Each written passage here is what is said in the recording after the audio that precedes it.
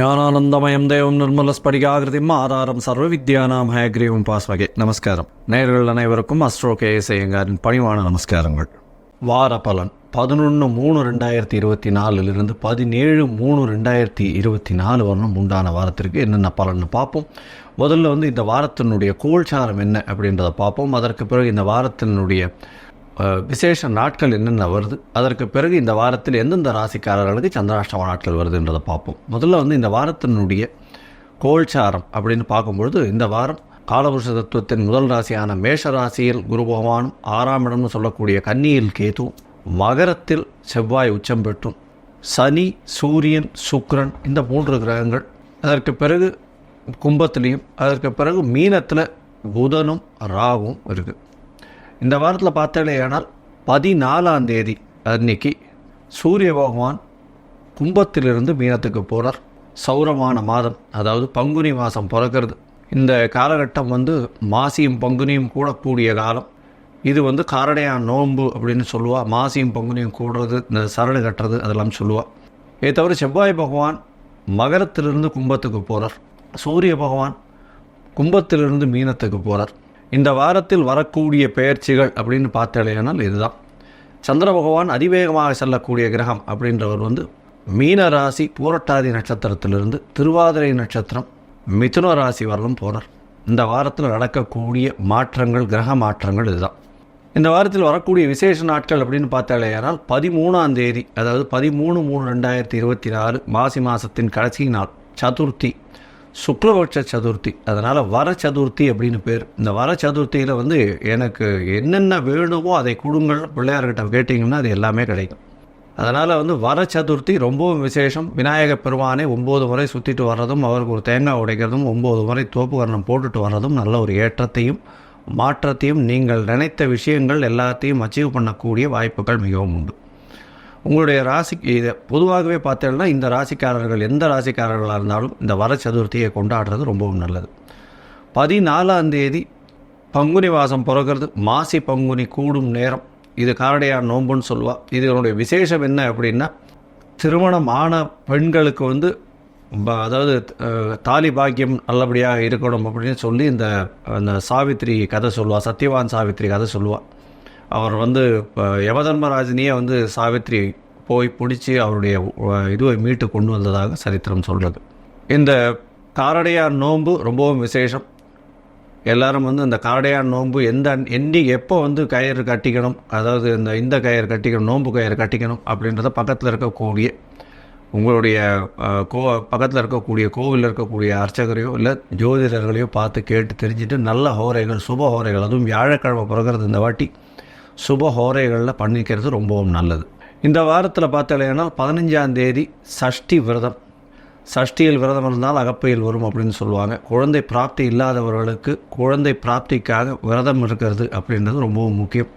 சஷ்டியில் விரதம் இருக்கிறதன் மூலியமாக குழந்தை பிராப்தி ஏற்படக்கூடிய பாக்கியம் உண்டு. இதை தவிர சஷ்டியில் விரதம் இருக்கிறதன் மூலியமாக எதிரிகள் அற்ற நிலை இருக்கக்கூடிய காலகட்டமாக அமையும். இது ஒரு பெரிய ஏற்றத்தை கொடுக்கக்கூடியதால் முருகப்பெருமானுடைய அறுவடை வீடுகள்லையும் எல்லாமே ரொம்பவும் விசேஷமாக இருக்கும். எல்லா முருகன் கோவிலையும் ரொம்ப விசேஷம் இருக்கும்.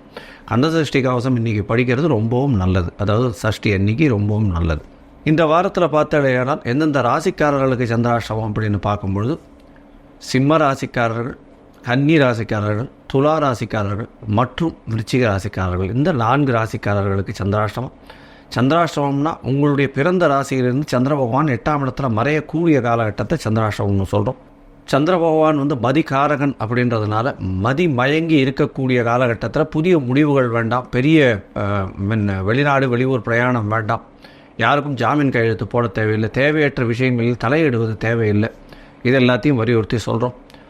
ஒருவேளை நீங்கள் வெளிநாடு போகணும், புதிய முடிவை எடுக்க வேண்டிய கட்டாயத்தில் தள்ளப்படுறீங்க அப்படின்னும் பொழுது சந்திர பகவானுக்கு உண்டான எளிய பரிகாரம் அப்படின்னு சொல்லக்கூடிய தண்ணீர் பாட்டில், தண்ணீர் வாங்கி ஒரு 10 பேருக்கு தானம் பண்ணுங்க. அதுவும் வெய்ய காலம் வேறு வர ஆரம்பிச்சுடுது. அதனால் ஒரு 10 பேருக்கு உங்களால் முடிஞ்சது ஒரு வாட்டர் பாட்டிலில் இல்லை தண்ணீர் தானம் பண்ணுறதன் மூலியமாக சந்திர பகவானுக்கு உண்டான எளிய பரிகாரமாக சொல்லப்படுகிறது. அந்த தண்ணீர் பாட்டில் தானம் பண்ணுறது இந்த வழிப்போக்கர்கள் அந்த மாதிரி ஏதாவது கோவிலுக்கு போகிறவா, ஏதாவது இது பண்ணுறவா அவளுக்கு கொடுக்குறது ரொம்பவும் நல்லது.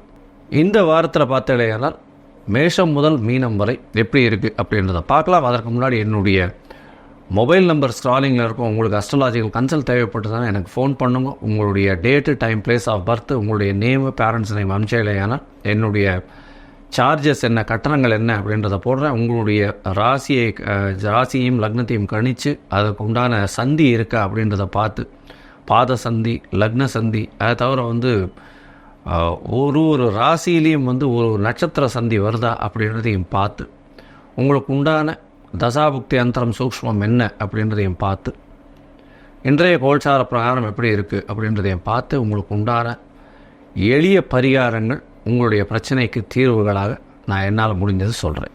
இப்போது மேஷம் முதல் மீனம் வரை 11/3/2024 முதல் 17/3/2024 வரை உண்டான நாட்களுக்கு எப்படி இருக்குன்னு பார்க்கலாம். துலாம், சித்திரை, சுவாதி, விசாகம் இந்த 3 நட்சத்திரம் 9 பாதங்களை கொண்ட ராசி. ராசியின் அதிபதினு சொல்லக்கூடியவர் சுக்கிர பகவான். சுக்கிர பகவான் உங்களுடைய ராசிக்கு 5ஆம் இடத்துல இந்த வாரத்தில் இருக்கார். 5ஆம் இடத்துல ராசியின் அதிபதி 5ஆம் இடத்துல இன்னொரு திரிகோண ஸ்தானத்தில் இருக்கிறது பெரிய ஏற்றம். திருமணத்திற்கு பார்த்து கொண்டிருப்பவர்களுக்கு பெரிய ஏற்றம் கிடைக்கக்கூடிய காலகட்டமாக இருக்கும். புதிய பதவி, புகழ், அந்தஸ்து, கௌரவம்லாம் வரக்கூடிய காலகட்டம். ஏன்னா 5ஆம் அதிபதி 5ஆம் இடத்தில் ஆட்சி பெற்று இருக்கிறது. அதாவது சனி பகவான் ஆட்சி பெற்று இருக்கிறதுனால துளாராசிக்காரர்களாம் பெரிய ஏற்றம் இருக்கும்.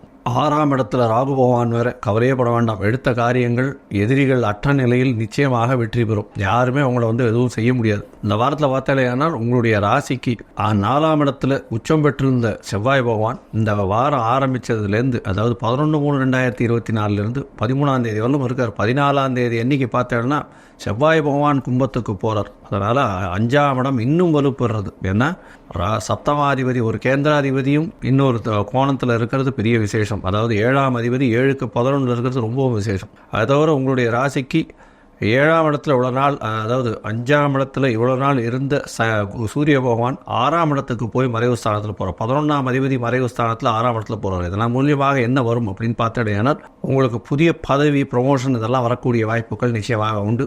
இன்க்ரிமெண்ட் வரக்கூடிய வாய்ப்புகள் நிச்சயமாக உண்டு.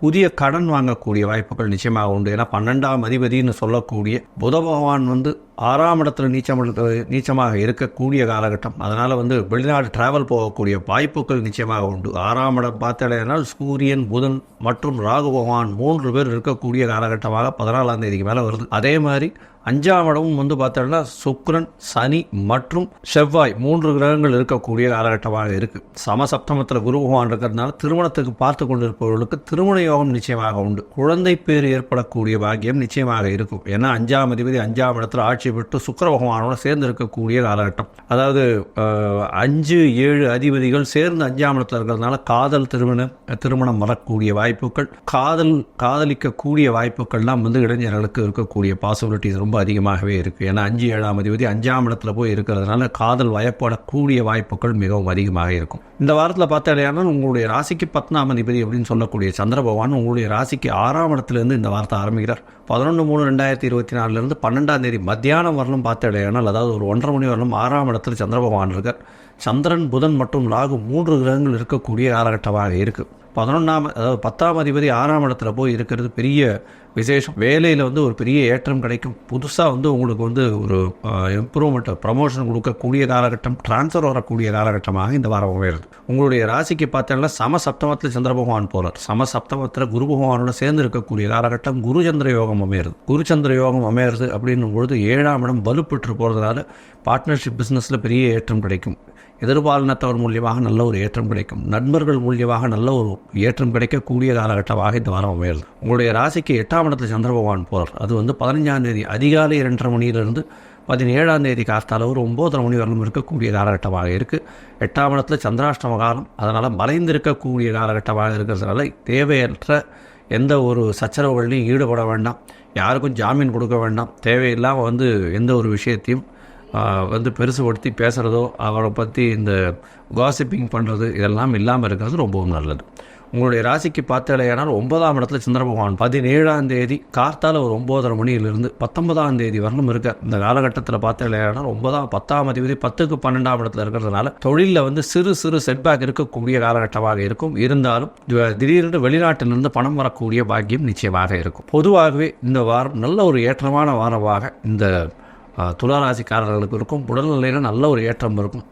அதாவது உள்ளூரில் வந்து உங்களுடைய சொந்த ஊருக்கு போய் குலதெய்வத்தை போய் பார்த்துட்டு வரக்கூடிய பாக்கியம் நிச்சயமாக கிடைக்கும். உங்களுடைய ராசிக்கு பார்த்தோம்னா அருகில் இருக்கக்கூடிய கோவிலில், அதாவது ரங்கநாத பெருமாள் கோவிலில் போய் சேவிச்சுட்டு வாங்க. ஆஞ்சநேயருக்கு போய் மொச்சை வந்து தானம் கொடுத்துட்டு வாங்க. அதாவது மொச்சையில் வந்து சுண்டல் பண்ணி கோவிலில் கொடுத்துட்டு வாங்க. நல்ல ஒரு ஏற்றம் கிடைக்கக்கூடிய காலகட்டமாக இந்த வாரம் அமைகிறது.